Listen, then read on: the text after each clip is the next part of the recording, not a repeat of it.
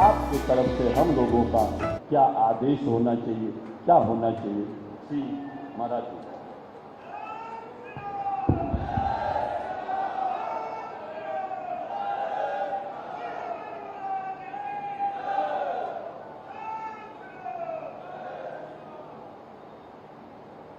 सियावर रामचंद्र भगवान की, सियावर रामचंद्र भगवान की, श्री हनुमत जी महाराज की, श्री हनुमत जी महाराज की, सरयू मैया की, सरयू मैया की, सत्य सनातन धर्म की, सत्य सनातन धर्म की। जय श्री राम, जय जय श्री राम।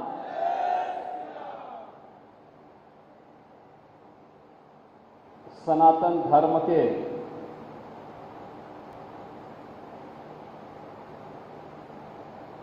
महत्वपूर्ण स्तंभ, महत्वपूर्ण स्तंभ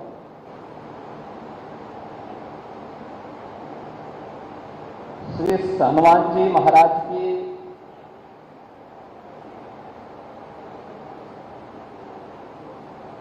पावन तपस्थली श्री हनुमानगढ़ी के इस हनुमत कथा मंडपम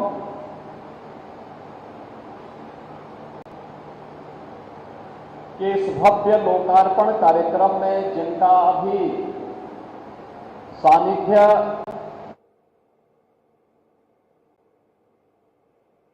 सभी को प्राप्त हुआ है, ऐसे श्री हनुमानगढ़ी के गद्दी नसीन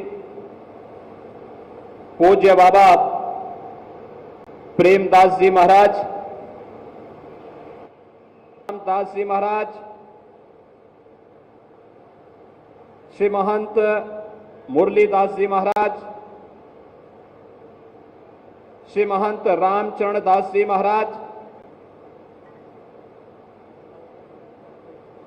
सरपंच श्री रामकुमार दास जी महाराज,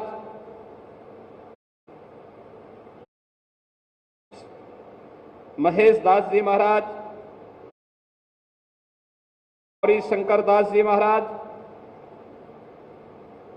श्री महंत संजय दास जी महाराज, बाबा राजू दास जी, उस हनुमानगढ़ी की इस पूरी परंपरा को जिन पूज्य संत की कृपा से आज हमें यह स्वरूप देखने को मिला है, ऐसे पूज्य बाबा अभय रामदास जी महाराज के श्री चरणों में कोटि कोटि नमन करते हुए उन्हें विनम्र श्रद्धांजलि अर्पित करता हूं।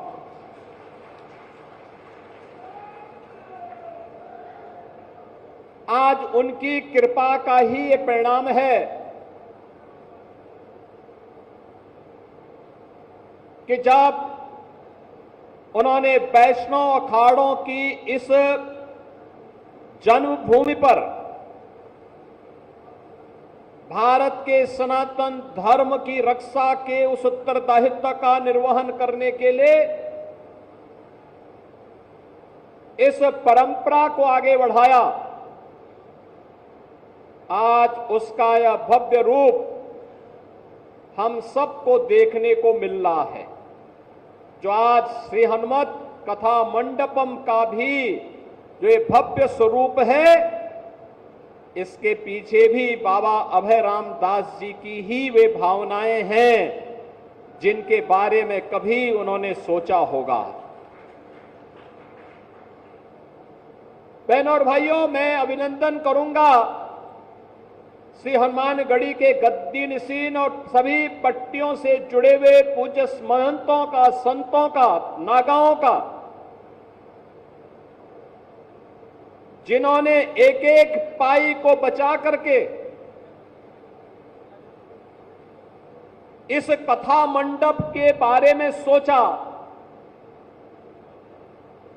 क्योंकि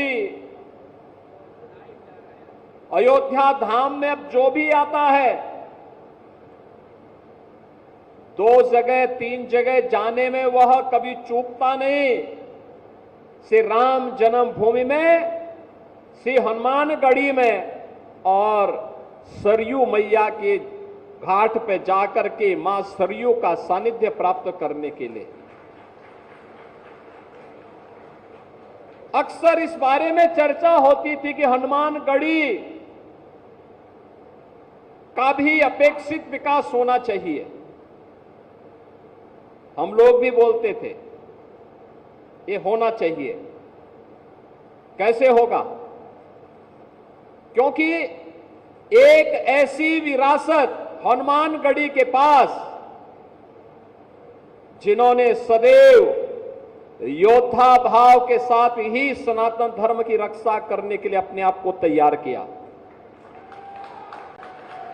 लेकिन वो योद्धा भाव आज नए भारत में बोधा के रूप में भी सबके सामने आ गया है। जब इस श्रीमद हनुमत कथा मंडपम के इस भव्य स्वरूप को हम देख रहे हैं, अब हर व्यक्ति बोलेगा हनुमानगढ़ी अब भक्ति और शक्ति के साथ साथ बुद्धि और युक्ति, क्योंकि कोई भी कुश्ती बिना युक्ति के नहीं हो सकती, वह बुद्धि और युक्ति का भी एक संगम बन गया है।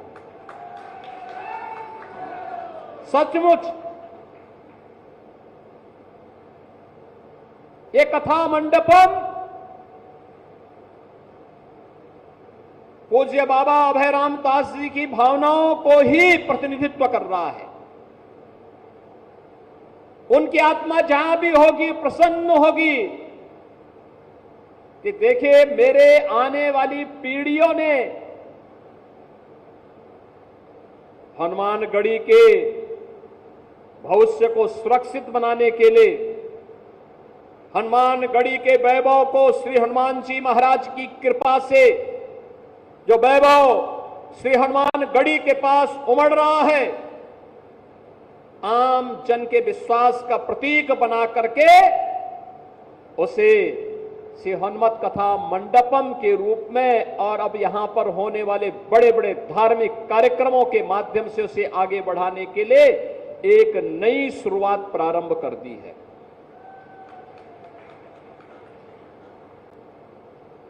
आज के इस अवसर पर मैं आप सबसे कहना चाहूंगा,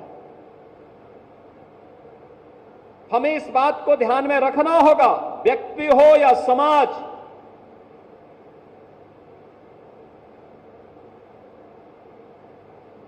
हमेशा इस बात को ध्यान में रहना होगा कि लीक से हट करके ही जो चलेगा वह कुछ नया कर पाएगा। लकीर का फकीर बनने से न व्यक्ति का कल्याण हो पाएगा, न अधिक समय तक हम अपने वजूद और अस्तित्व को ही बचा पाएंगे। हमें आज के अनुरूप अपने आप को तैयार होना होगा। और मैं तो इस बात के लिए भी अभिनंदन करूंगा गद्दी नसीन जी का कि सैकड़ों वर्षों के बाद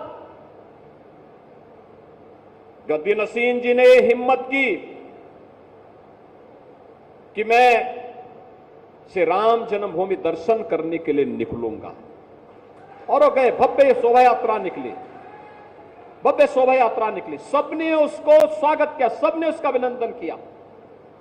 और क्यों नहीं, आखिर अयोध्या में जो कुछ भी है, यहां के रक्षक देवता के रूप में तो हनुमान जी महाराज हैं ही, लेकिन अयोध्या के इष्ट देव हमारे मर्यादा पुरुषोत्तम भगवान श्री राम हैं। और राम लला का दर्शन करने के लिए 500 वर्षों के अंधकार को दूर करने के लिए प्रधानमंत्री मोदी जी के नेतृत्व में जो कार्य हुआ है, बहनों और भाइयों, यह सनातन धर्म के इतिहास का एक अत्यंत अद्भुत, अभिनंदनीय ऐसा कार्य हुआ है जिसके बारे में आज के दिन पर तुम कह सकते हैं न भूतो न भविष्यति। हां, आने वाले समय में ये चीजें आगे बढ़ेंगी, लेकिन आज के दिन पर जो लोगों के लिए, पिछली सरकारों के लिए जो असंभव दिखता था, वह प्रधानमंत्री मोदी जी ने संभव बना करके, ये डबल इंजन की सरकार ने डबल स्पीड के साथ चल करके अयोध्या को उसका गौरव प्रदान करने का काम किया है। हमारे पूज्य संत आज इस बात का एहसास करते होंगे। याद करिए 2014 के पहले, 2017 के पहले अयोध्या के, हनुमानगढ़ी के या देश भर के संत जब इधर उधर कहीं जाते थे, यात्रा के दौरान कितनी कठिनाई होती थी, कितनी परेशानी होती थी। लोग आदर के भाव से नहीं देखते थे,